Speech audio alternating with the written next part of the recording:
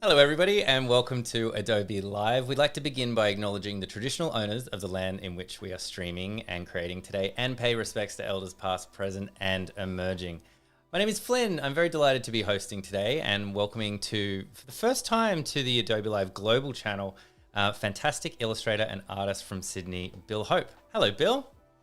Hello, how you going, Flynn? I'm great. I'm excited. I didn't realize until we were kind of getting set up that we haven't had you on the global channel before. So I'm pretty excited for people who may not know about your work and about you to be exposed to the wonderful person and fantastic artist and illustrator that you are. How's that for a Thank you glowing very much, intro? Flynn. Oh, it was wonderful. It was wonderful. Flynn told me this about 45 seconds ago that we're going onto the global channel. So very nice to meet you, Globe. Hello, Globe. Happy to be here. I'll give a little intro. So yeah, Please. Flynn did a very nice job. But my name is Bill Hope. I'm an illustrator from Sydney in Australia. And I do all kinds of illustration work. I kind of think of myself as a artist slash commercial illustrator. So I started off doing a lot of work doing sort of storyboards and stuff in advertising, and that's kind of bled out into doing a bit of live drawing work and editorial illustration. And kind of moving these days into doing more sort of children's book publishing is kind of where a lot of my work is at. But yeah, I kind of think of myself as a sort of jack of all trades in the illustration business. I sort of work over a lot of different things. So yeah, really looking forward to sharing some of my work and doing a bit of character design today. That's fantastic. I only just switched over to your desktop, so this is your website that we're looking at. If people want to check out some of your other work. Yeah, absolutely. I can show you a couple of things. So I do a lot of sort of big, complicated stuff. Is a kind of theme of a lot of my work. So I really like getting into the weeds and details. I can show you some. I've found myself doing a lot of sort of almost like Where's Wally style drawings. Yeah. So this was a big, complicated one that I did for Disney a few years back. This is a big wall advertisement for Samsung. This was a really nice mail out advertising piece that I did. So there's lots of those big complicated ones, but I really love working in sort of traditional media as well. This is some watercolor stuff, a little bit of ink drawing. I've got all kinds of things there. So yeah, there's my website, and my on Instagram I'm just Bill Hope _art, so you can see all the sort of recent stuff that I've been working on. But yeah, today we were going to talk about character design, and that's kind of linked to the work that I do in children's books, because it's such a big part of writing books and sort of trying to come up with character that is identifiable, but people can really connect with and hopefully learn to love. So yeah, I'll sort of talk through a bit of my process of coming up with those sort of characters. Fantastic. Yeah. Character design kind of crash course we spoke about. So with that in mind, if you have any questions, chat. If you're watching live on YouTube, Behance, throw them in chat. I've got a whole bunch of questions that I've got for Bill as well. But yeah, we love questions. Please don't hesitate to throw them in chat, whether you're experienced or just getting started, maybe looking to go from traditional to digital, or maybe you're all digital and you want to go to traditional, and that sort of process. Maybe you're self-taught and you want to know some stuff. You let us know in chat as we're going through, and I can see the character that Bill has, so I'm just going to flick that over and share that with everyone because I love this. Looks like he's got a fish, like a reverse, like scuba suit for a fish or something. Reverse scuba suit is exactly where it's at. Yes. Very astutely observed. Yeah, I mean, just to reiterate what Flynn was saying, like we're talking about graphic sort of character design today, but I'm an enthusiast for all things illustration. So definitely ask any questions about getting into illustrative work or any of the other kinds of avenues that I work in, anything like that. Always happy to chat. So I've got this character here that I've started sketching, and I'll come back to that in a second, but I'll just show you a couple of the other kinds of characters that I've worked on. So this is a series of characters that I did for a Christmas themed book, as you might be aware, and these are pretty traditional, straightforward kind of characters, and quite sort of simple designs for this book. It was a Where's Wally book, so they were very, very small characters, but they were drawn full size. So that's one style. Family And then I've favorite got some book, which things. Bill already knows, but yeah, that is our my daughter's Yes, yes. favorite Number book. one fan Number one. is Flynn's daughter right here. Here's something a little bit more complex. This is something a bit more kind of fantasy inspired. So there's a really amazing, I think he might be Dutch, illustrator called Kay Nielsen, who I loved, who I was sort of doing something a little bit in his style. This is a similar kind of fantastical, almost like Don Quixote style Yeah. knight character that I've sketched up. Um, this is a bit more in sort of the children's book realm. This is the kind of stuff I really like doing, which is sort of sketchy and inky, something that's really sort of expressive and filled with energy. And then something like this might be something I do more in sort of a advertising kind of realm, something that's a bit Yeah. more graphic and punchy. And we're going to do something that's kind of halfway between this style and something that's a bit more kind of fantastical today. So let's go back to my sketch. So when I'm doing a character design sketch, the most important thing is that really you're trying to sell the personality of this character as efficiently as you can through one drawing. So you want to see sort of what they look like, a little bit of their personality, but you want to sort of indicate a little bit of the story of the character through the costume that they're wearing, the expression on their face. Maybe you've got a little bit of background. We're trying to introduce all these little clues to give your viewer a sense of what this person might be. And if you're working in games or film or something like that, you might have a front side drawing and a side drawing and be very sort of technical. But I'm kind of thinking about, like, if this was the first page of a children's book and you're seeing this character for the first time, what's kind of this snapshot that you're going to get of this character? And I like the characters I draw to sort of tell a little bit of the story through their costume. So I started off thinking about, I've been reading a book about scuba divers recently. So I'm really in sort of a scuba diver mentality. So I was thinking about doing something that was sort of an old style scuba character. And I was looking up some reference online. I found these great old sort of vintage diving suits. This one on the right is a 18th century French diving suit, which Wow, is that a apparently never real worked. one? It's real. Well, I mean, someone made it. And any players in the video game Bioshock Yeah, it does look like Bioshock. it might be Yeah. very reminiscent of it. Apparently, it was not watertight whatsoever, so it was never functional, but it's a real thing. But it's an amazing piece of design. So I was looking at these kind of references and thinking about diving suits, and I was trying to think, like, what's a little quirk that I can send on this? And then I thought about what if you needed something that lived in the ocean, wanted to come onto the land? What would a reverse diving suit look like? That's great. So I thought the kind of person that might want to come onto land is a mermaid. So I've kind of sketched up really loosely this suit that a mermaid might wear if they were coming onto land. If they hadn't grown legs, they still had their fishy tail, what would it look like? So you can see there's sort of a very rough drawing of a figure here, and you can see their tails kind of tucked in behind them, and they've got these sort of robot legs underneath. And obviously they need to breathe underwater, so they've got this sort of fish tank head that's on top, and we've got some sort of almost like crustacean-y style crab claws or something they might use to pick things up. Mm. So you can see I'm already telling a little bit of the story of what this person's doing, maybe some of the challenges they've got through the costume that they're wearing. I love that. Sorry, if I could just pause for 1 second. I also love the bigger hand than the smaller hand, which is like, it's like something they would design because it's something from their world, is that there would be these crabs that have a giant hand and a small hand. So that just makes total sense that would impact like what a prototype, land thing might look like.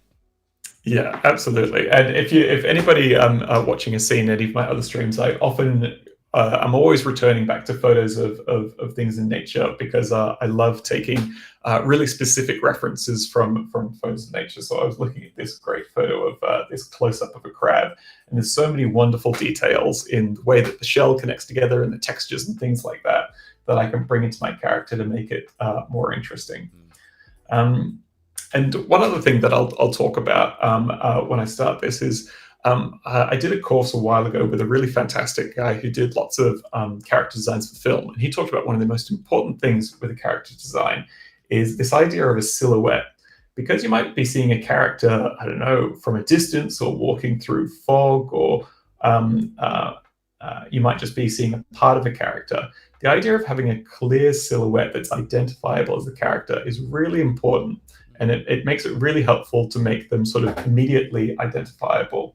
And if I sort of select the silhouette of this character, and let's just fill it in with one color, if I got rid of the line work, you can kind of see it's got quite an identifiable look. It's kind of got this, what was that cartoon, Flynn, with the guy who had the football-shaped head?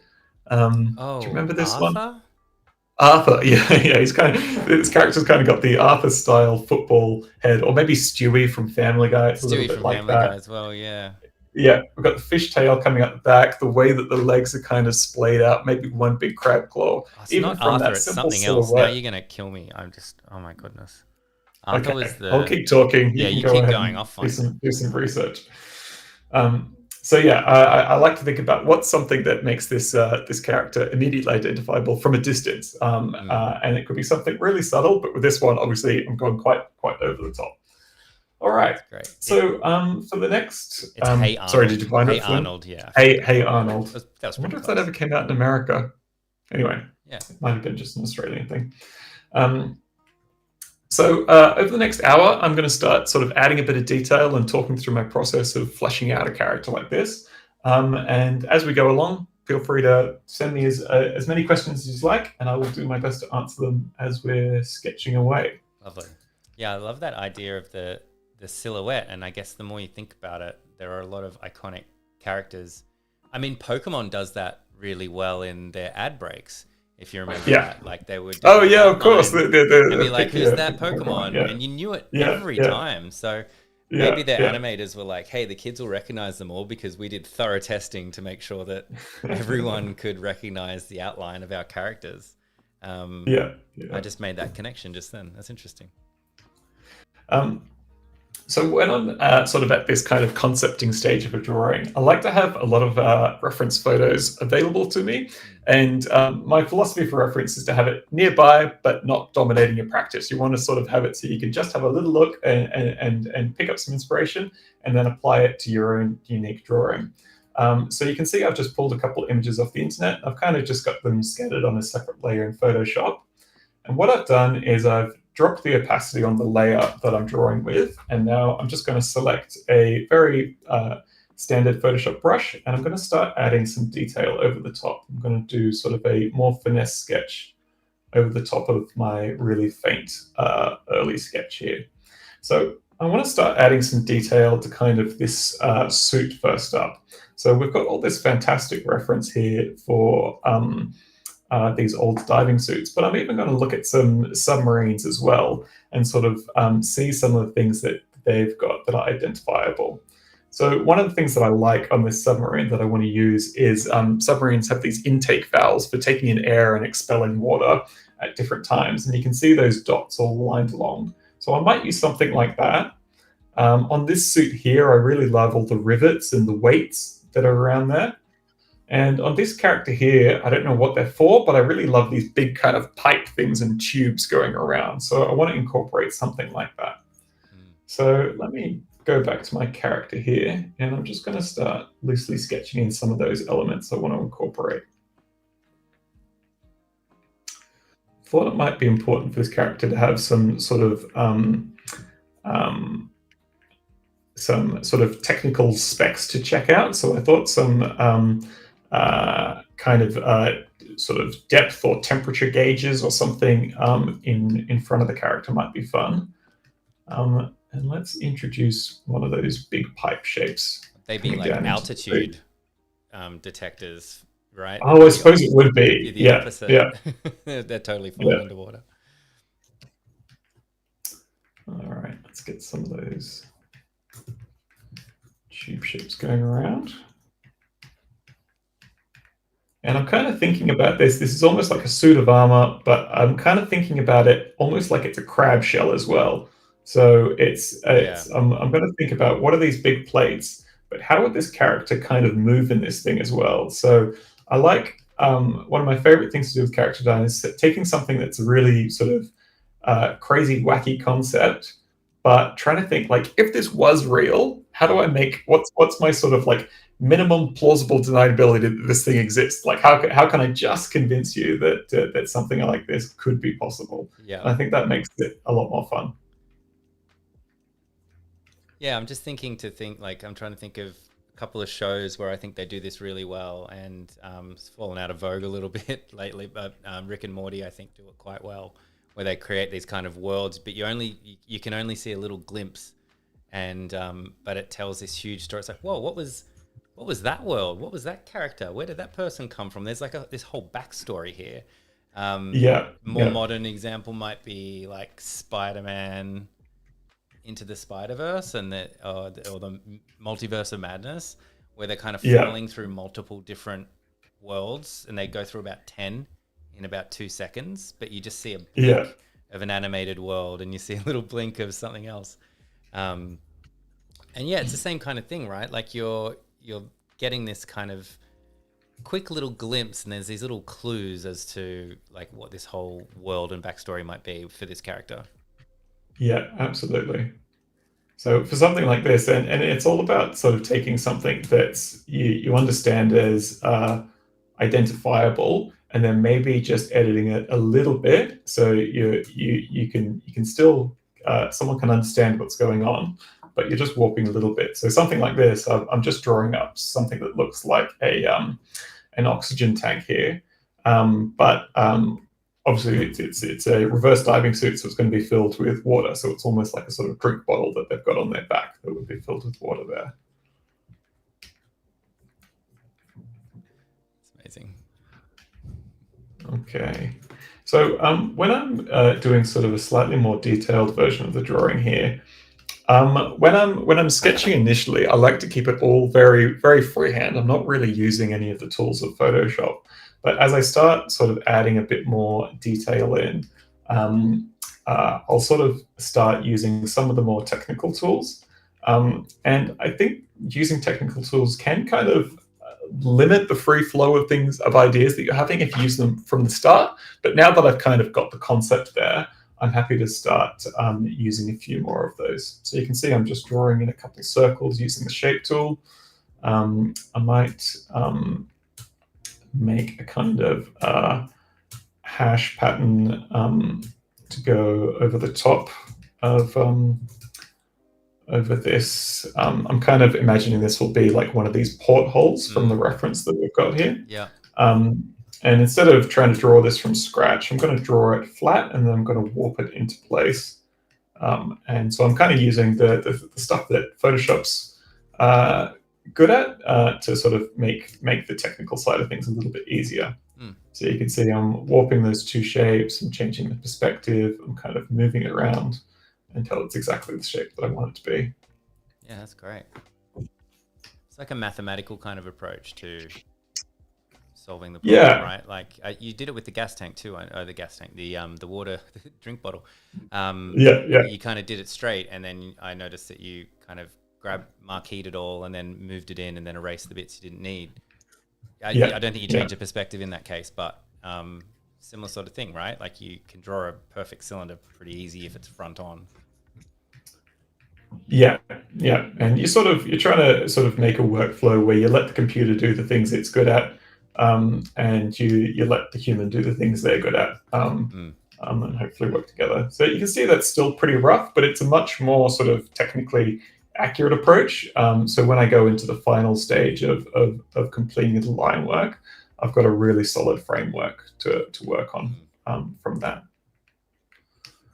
All right, I might scale up this character, so let's drop the reference a bit. And I want to start working on the face of the character. So I just want a few more pixels to work with for this one. And there's no issues with scaling or anything now because you're just doing your base sketch, right? Exactly. Yeah, I'm not worrying about sort of the resolution or anything too much because we're still in pretty sort of early days of working up the sketch for this character. Yeah. Because I've only really got sort of a stick figure face right now for this, I'm going to make another sketch layer and really loosely sketch up this face. I might even use a different color. And it would be a whole other stream to talk about sort of drawing faces or cartooning or anything like that. But I'm just gonna go into it. So I'm sort of drawing these big shapes of this mermaid figure. And I'm kind of going with a sort of soft cartoony kind of style for this figure. So I'm keeping all of my curves really broad and smooth, and I'm trying to make something that looks really friendly and kind of cute. So I'll have sort of like a little button nose, sort of round eyes, and happy kind of smile on this character. And even with something like the eyebrows, I'm kind of making them quite broad and big. And this is sort of where you're working in some sort of consistent style across the drawing. And I like that the sort of cuteness and friendliness of this character sort of contrasts a little bit with some of the sort of more aggressive mechanical features that are going on. Right. Yeah. Yeah. So I got a question just around the background story for characters, because in a commercial sense, where does the background and what sort of information do you get from someone that is briefing you to create a certain character in general? Like, do you get a paragraph? Is it like a synopsis? Is there reference? Like, what is typically, what is the information you'll typically get? Yeah. It really depends on the job. I mean, some are incredibly prescriptive. That people have like a really clear idea.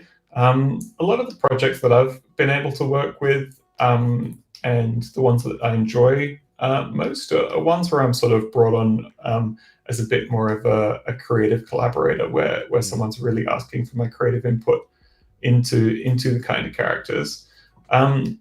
So you kind of want an overarching view of what the story will be, so your character serves it as best as possible. But the more important thing is about kind of capturing this is such a vague term, but capturing the vibe correctly. Like, what's the vibe of the character? What's the kind of persona that you want to give off? And that's the most important bit. The details of someone's particular costume or how the hair is or something like that, that should all really be secondary to what's the feeling that you get when they step onto the page or onto the screen or something like that. Right. So that's probably the first thing that I want to make sure that I'm sort of on the same page as the other people that I'm working with, is kind of the feeling around the character and establishing that first. And sometimes I like to have a period of kind of free drawing where I'm not too worried about. You sort of go through a series of sketches, and you want to have a period where it's a totally sort of safe space of creativity where good ideas can come up and aren't rejected immediately if you're trying to be too prescriptive. Right. So I like to give people that I'm working with lots of little samples of ideas that I'm having, just so you make sure you don't leave any really good ideas on the floor. Yeah. As you work through it. And follow-up question. So like in design, some people will sort of pitch one, like if you're doing a logo design, for example, they might say, well, I'm just going to show you one because this is the answer to your problem. So I'm just going to present this one and then we'll iterate from here. Other people might say 2 is a good amount, or other people might say 3. Do you kind of give, I'm sure you give several sketches, but if you're trying to create a character for a client brief or something, would you give them like a wide gambit of different options, or are you much more, hey, these are lots of sketches and this is where and this is the one answer? Like, how many options do you give a client? Right. Yeah, it's a bit of a science sometimes, because sometimes you I've heard about people doing this in in the pitching process, where sometimes you give them three options, but you really want one, and you try and sort of angle the client towards the one that you really want. So sometimes you might do one that's really extreme that you know they're not going to go for, but they might go for the secondary one, which is the one you really want. So, I mean, usually with something like this, I might start with like three options. You don't want to sort of overpower someone with too many things. I might go with three options if I've got a general idea, and hopefully relatively quickly narrow down to something that everyone's a bit more happy with. But it depends on the job. I mean, in a sort of stark economic sense, you don't want to waste your time sometimes. So with certain clients, you might sort of price in a period of sketching or working, or say, I will give you this many options for this amount of time that I'll spend on them. And then it'll be an additional cost to go for more options or something like that. But it really depends on the kind of job that you're working on. If it's something that's sort of like a strictly time-based advertising job or something, I might be a bit more strict. But with something like a storybook that I'm a bit more sort of personally invested in, I'm usually happy to give it sort of as long as it takes to get the right kind of answer. Yeah. Yeah, great. And a reminder as well, we're taking questions here. So if you guys are watching live on YouTube or Behance, you can throw your questions into Bill. We'll pass them on. Here we go. Actually, that's perfect timing. Did Bill say he saves variations as he's working in different layers? Saving variations. Yes. I used to be a bit more accustomed to throwing things out, but I kind of keep everything now. Right. So I'll have kind of different versions of the sketch just on a layer underneath, and I'll kind of just disappear layers. I'll make them invisible as I add more detail and work through this character. But I try and kind of keep everything, because often people will want to go back to a previous iteration or something like that. So yes, definitely save all the different versions on layers. Yeah. Nice. Never know what you're going to need. Yeah, absolutely. Just returning to some of these photos now. I want to start working on these kind of robotic legs. And there's some details here that I quite like about this crab. Might just select a section of that and bring it over closer. And there's all these little cues that you want to be able to sort of bring in to tell someone about this being a seafaring character. So I'm going to sort of really look at what's going on in this part of the crab leg here, and I want to try and sort of introduce that into my design a bit more. Right. So it's less mechanical like you've done in the sketch. It's more this like organic. It's like yeah. And yeah, I'm just looking at sort of how it ends. It sort of just goes to a point, this one. It's coming out in that way. And one thing I've noticed on a lot of them is these kind of little ridges that the crabs might have for, I guess, climbing rocks or something like that. So that's another little thing that I might introduce into this design as I work through it. That's cool. I love that. I think some folks in chat are also trying to name our mermaid as well. So if anyone wants to do that, throw them in chat. Absolutely. Don't know what my mermaid's purpose is. I suppose in the Little Mermaid, she's off to get married, which is why she needs to get her legs. But this changes everything. She doesn't have that. She doesn't have that plot. She doesn't have that motivation. She's got legs. She's got this exoskeleton suit. She's off. Yeah. I guess you just gotta, I don't know, figure out something to do. Maybe she's off to salvage or steal something from the humans. Maybe she's on a sort of she's a hoarder. She hoards. Oh, really? Human stuff, yeah. She has too much stuff though, which is the best mermaid song.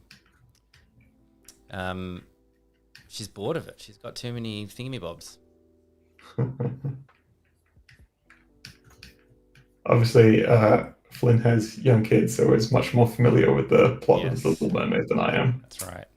It's quite amazing, actually. Side tangent is how a lot of the old animations, particularly movies, the kids are still super into. Like you would expect it. Maybe I think you'd be forgiven to expect that it would date, and they'd only be interested in the newest animation, like the computerized animation, the really smooth Pixar sort of thing, compared to something like The Little Mermaid. My daughter was watching, what was it? She's definitely watched The Little Mermaid a bunch of times. We were watching Mulan recently, and Oh that's yeah. pretty dated now in terms of Oh really? style of animation. But no, but it's animated beautifully, like it's timeless. Yeah. Is what I'm trying to Yeah. say. Terribly trying to say it, but trying to get it out. Um, yeah, yeah, no, I mean, it is amazing the longevity of those kind of things. I suppose the stories and the songs and stuff are still good, but I imagine in some ways there's probably sort of like a lot of those older Disney movies, there's some pretty intense stuff that they wouldn't put in Yeah. the newer ones. But I imagine the kids are still really attracted to a lot of that stuff. Like some of the bad guys are really scary, and some of the stuff is really creepy in a way that probably still holds a bit of sway in that way. Yeah, I think you're definitely right there. Yeah. Okay, that's starting to come along nicely. I thought I'd introduce some fish swimming around inside. I love that. Yes. This mermaid lady suit. If anyone's got a name, drop it in. I'll add it in. You know what? The name to beat is Shelley. Too easy. That's great. Okay. And again, I'm going to start on sort of the final line work for this character. So same kind of process. I'm dropping the opacity, making a new layer, and I'll start adding a bit more detail. I might actually just scale up my canvas. So just clicking C there on the keyboard to sort of fill it in. And for this final pass, I want to have enough pixels to work with to get in all the different details and things that I'd like there. So what like scale would you typically work at? Because obviously if you're working in Photoshop, you're working with pixels, you can scale down, but you can never really scale up. So what's your happy place for doing an illustration?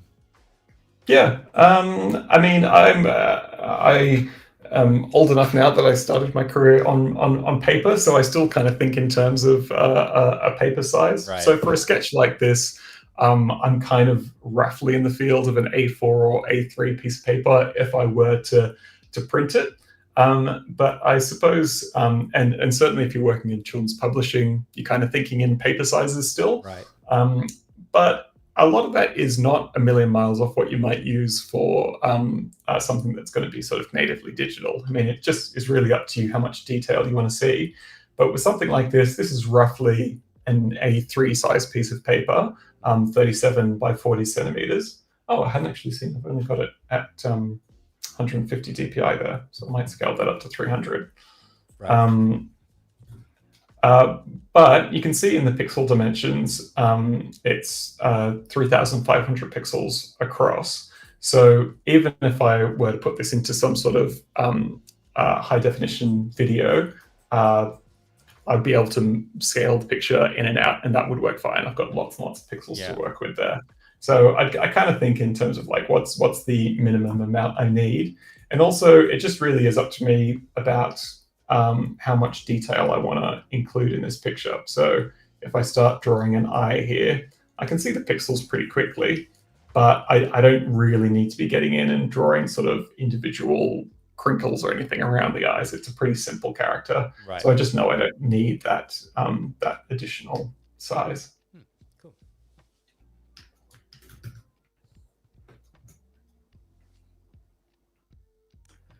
All right. So I'm going to start doing this final pass here and just trying to think about what approach I might take in terms of the line work. I think for something like this, because I want it to be sort of bright and graphic and very smooth lines is kind of the look that I'm going for. I think I'm just going to use a standardized, just this sort of stock brush in Photoshop and just try and give myself nice smooth lines. If you're, I really like being able to sort of be very versatile with my pen strokes in Photoshop. But if you're a little bit less confident with it, you can turn up the smoothing factor on your brush there, and that will smooth out some of your lines. It just kind of takes a couple of the wrinkles out of your line. And I might use the smoothing brush for something like the hair, where I want those to be really smooth, bold shapes. And then I'll just turn it back down for doing the details of the face. So you don't have to keep the smoothness for the same for an entire document or anything? No, not at all. No. And you can see, I'm really into using sort of the pressure of the brush. So I've kind of tweaked all the settings on my whack on screen and in Photoshop to just make sure that's dialed in exactly where I want it. Because for each line that I'm doing, I'm kind of thinking about how it's tapering and how I can sort of add character to that line through the pressure that I'm applying. Awesome. All right. And I often start with the face. It's probably not the best place to start with many things because you want it to be sort of the area of most focus, but it kind of gives me, it kind of sets the level of detail that I want to apply to the rest of this drawing.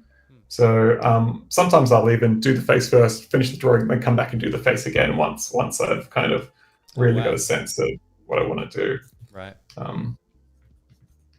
Might go with something a little bit happy.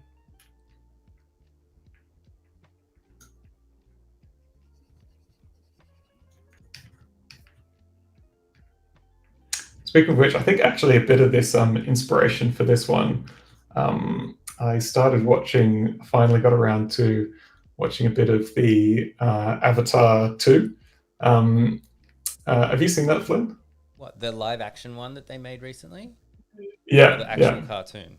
Because I've watched the cartoon. No. Sorry. Avatar, like James Cameron. Oh, right. I thought you were talking about Avatar the cartoon. Excuse me. No.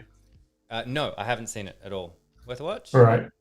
Well, it's. I kind of skimmed through it, and I feel like that might be the way to absorb that movie. It's like the plot and everything is not fantastic, but like I know James Cameron is a big kind of underwater diving submarine kind of nut guy. He loves all of that stuff, and so a lot of the designs, they've got a few kind of crab-like submersible robots and things like that. A lot of those designs in that movie are fantastic. So it's like the other ones, fantastic to look at, not the best movie ever, in my humble opinion.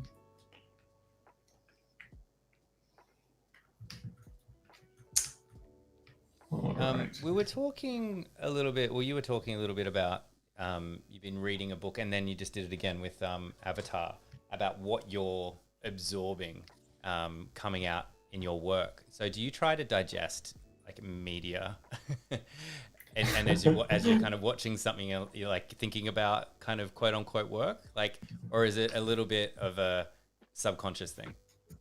I'd say it's very much subconscious. Like, I mean, obviously that's the thing that I'm interested in, so I'm paying attention to it when I'm watching a film. I'm saying, oh, like, oh, that's a really cool design, or I like how they've done that, or various things like that. But I think it's about kind of having, and it's not conscious. Like, I don't have a particular media diet that I go into things with. I'm not trying to make an effort to absorb certain bits of media, but I think just having a diversity of interest in things like that, or being open to different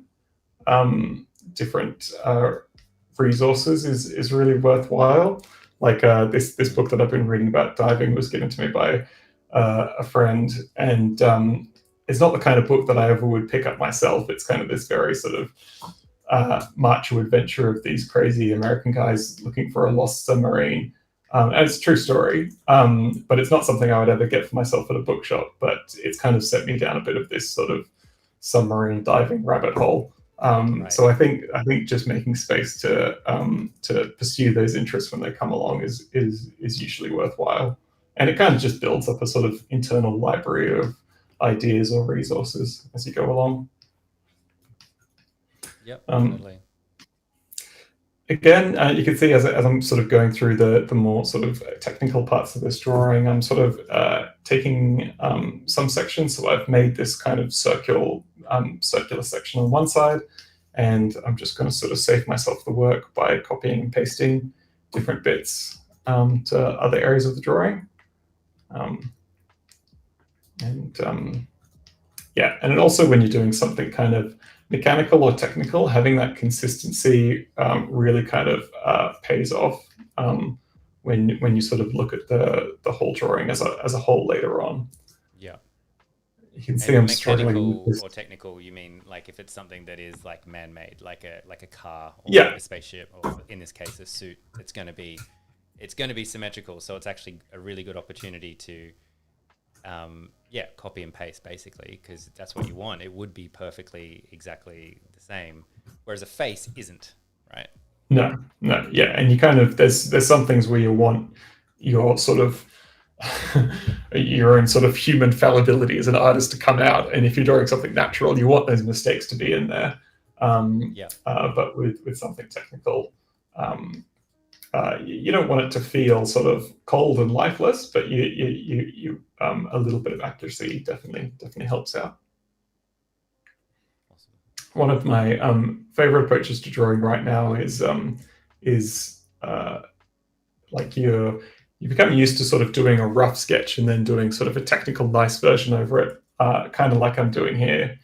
But one of my favorite ways of working now is to start off very technical and then to end up with something very loose. So a lot of the drawings I'm doing right now, I will draw them in Photoshop first and then print that out and use a light box to trace over the top. So I can use really loose things like inky brushes or watercolor or things like that.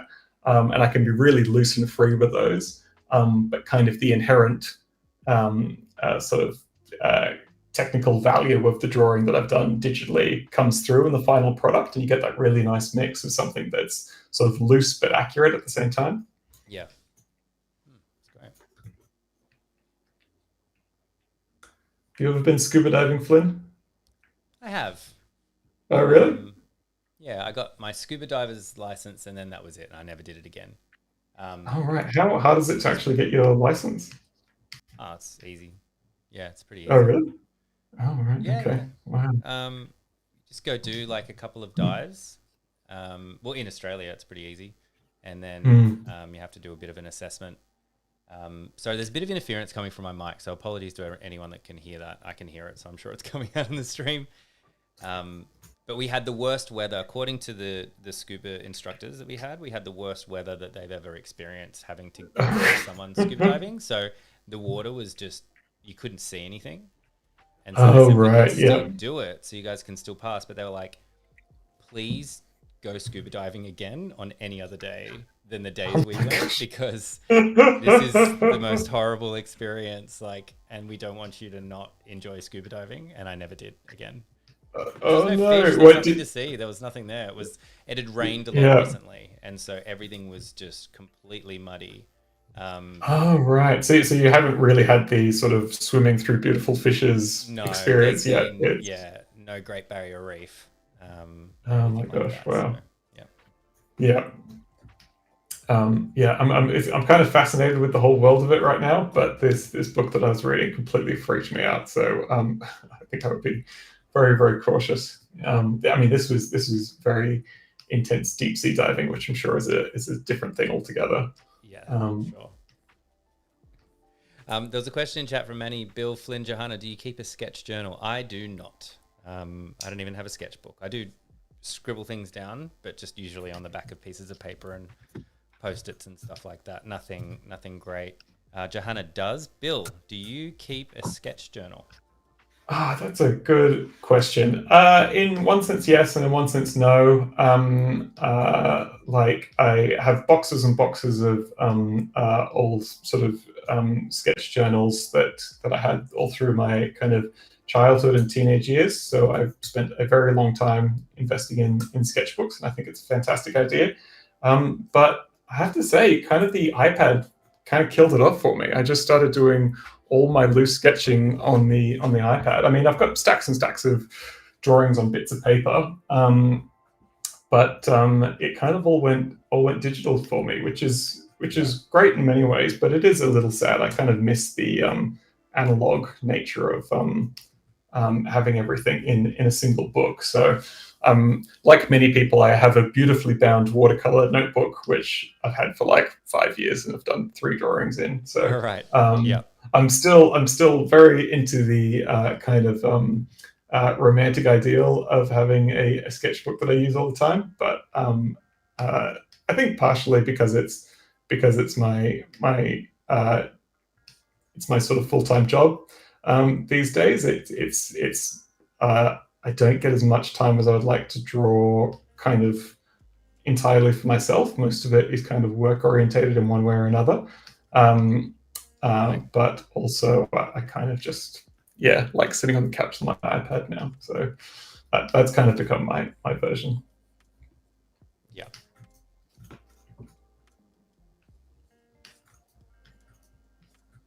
Yep, definitely, totally get that. Alessandra in chat. Hello, Alessandra. I'm saying, wow, this looks great. Yeah, it's coming together. Thank you so much. Yeah. Yeah, I'm just starting to. I really like this process of adding in all the little bits and pieces and details, and because we're on the live stream, I'm working at probably a faster pace than I usually would, and maybe not giving myself the same amount of time to sort of render in all the details. But I really love this bit of the process. It is the kind of part of the process that you kind of tune out and put on a podcast or something, and you can sort of chew away at it for hours. But you can just listen to my mic with interference for the next for the end. As good as if any it makes podcast. you feel better, Flynn, I can't hear anything. You can't hear it. That's fine. You're all good on my end. Yeah. I tried to fix it. I can hear it a little bit. It used to happen in my old place, and I found out that it was whenever anything electrical was on, like air conditioner in another room or TV. Or something. Right. Okay, that's interesting. But I'm in a new place, so I haven't found the culprit yet. Right. Yeah. Homework for me. Yeah. It's quite hard to do because you've got the headphones on. You've got to figure out what it is, but you have to take the headphones off and walk around and try to figure out what's going on. Anyway, I see. Yeah. Side tangent. Yeah. I've got to. I can get sort of a little bit lost in just sort of churning through the line work here, but I'm just going to try and remember to go back in and add some of those little bits and pieces. I think I heard someone talk about in movies when they're making props, like when they're making the props for Star Wars, they call this process greebling, I think was the term, greebling, and it's just a process of putting in little bits and pieces that look like they're important but have no functional purpose that you know of, but just kind of adds detail. So I'm doing a little bit of the greebling process now. Yeah, I'm looking it up. Is it a thing? Am I just talking complete totally nonsense? Right. Yeah, no. Okay, there you go. Greebly is a part harvested from plastic modeling kits to be applied to an original model as a detail element. Yeah, so the top of like the spaceships and everything, it just kind of looks like there's all this important mechanical stuff, but it's just kind of all nonsense. But in the context, and I think lit and there's effects over the top of it, it looks legit. Yeah, absolutely. And I mean, it's kind of funny that a lot of these are sort of like you'll have the Imperial Star Destroyer or whatever it is, and most of the bits on the top of it are from a plastic World War II plane kit or something. It's got sort of yes, very old and new technologies coming together. It's awesome. All right, so I'm going to start working on this claw kind of thing here. I have a technical question. I noticed that you're very quickly changing from like a thicker pen to a thinner, like point size with the weight. How are you doing that? Excuse my ignorance. Everyone in chat might know, but I don't know how you were switching from thick to thin. It's just the pen and the eraser. That's all it is. I'm just going pen, eraser, pen, eraser. So I'm just tapping. No. It was different. It was different. You're very quickly going from thick outline to a much thinner outline, and it felt like it was a shortcut or very quick.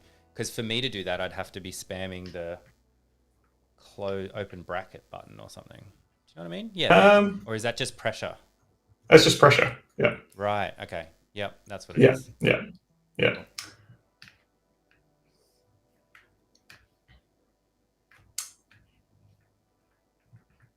Very cool. Yeah, when I'm doing the pressure on the brush, it's something you sort of pick up over many years. I remember I have a very distinct memory of a kid actually once and tracing over Bugs Bunny, and being so confused that I'd traced Bugs Bunny, but my drawing didn't look the same as the drawing that I got it off, and I couldn't work it out. And it took me ages to figure out it was just the line widths that I was working with that were making it feel so different. And it's something you sort of slowly pick up across time, that sort of like the outline that I'll do for this claw here is very thick, and then I've got these sort of very, very sparse lines in the foreground, just because it would be a bit too bold or a bit too graphic if I really filled in that.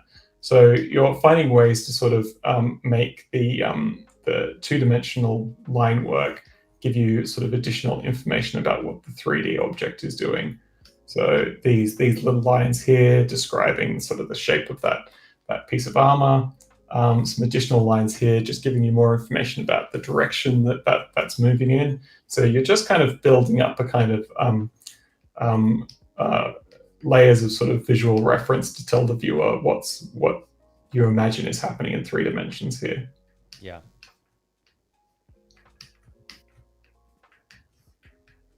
Very cool. Hey, we've only got a few minutes left, so. Oh wow! That went quickly. Yeah, it's gone very quick. I had a question that I wanted to ask today, so I'm just going to ask it now. Do you have advice for people getting started? And the reason I asked that question is just from the title, Character Design Crash Course is what we kind of came up with. So yeah, if someone maybe has a bit of illustrating experience, but they want to kind of brush up, pun intended, on their character design or kind of get started in it, any sort of general advice, places to look? Yeah. Yeah, I can go on forever, but I've got 2 things off the top of my head that I'll talk about. So the first thing I would always say, and it's something I think I kind of did sort of without thinking of it in any strategic sense, but it's just if there's a kind of work that you want to do, start doing it before someone's paying you to do it. And that's not saying work for free. But if you want to be working in animation, start doing your own animations or start helping someone out with their animation. You just got to start. There's never a point of working up and then suddenly you're ready for the big time and you go into the job. You kind of just got to start doing. And if you love rock band posters, just start doing the kind of jobs that you want to do before anyone's officially going into them. And hopefully you get to a point where you're good enough that someone will hire you to do things as a paying job. The other thing that I'd say, which I've come across recently, is that I've been doing a few character design courses, and there's quite a few younger people that I've met who are really into this idea of like OCs or original characters and coming up with their own characters, and they really want that to be their job. And they're doing fantastic drawings, and it's really cool, and I always want them to keep going with that. But something I've come across recently working in children's books is that a lot of people love the idea of the story of a character, and they're trying to tell people about that through drawing.